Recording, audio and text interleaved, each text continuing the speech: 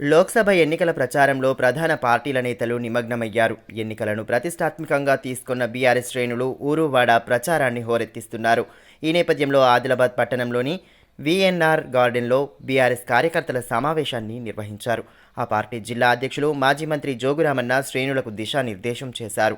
Party అభ్యర్థి ఆత్రం సక్కును భారీ మెజారిటీతో గెలిపించాలని, కార్యకర్తలు సైనికుల్లా పనిచేయాలని సూచించారు.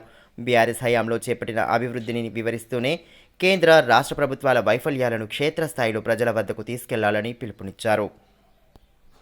మేము అధికారంలో ఉన్నా లేకున్నా మన జోగురామన్న సార్ నడుస్తుందట అని చెప్పి ప్రజలలో కేవలం మేము అధికారంలో ఉన్నా లేకున్నా మన జోగురామన్న సార్ నడుస్తుందట అని చెప్పి ప్రజలలో ప్రజలకు తీసుకుపోయి మనం ఖచ్చితంగా గెలుస్తున్నాం. అందులో ఓట్లు వేయాలా లేకుంటే బీఆర్ఎస్ పార్టీకి ఓట్లు వేస్తామని చెప్పి మనం ప్రజల్ని చైతన్యవంతులు చేయాలని చెప్పి కోరుకుంటూ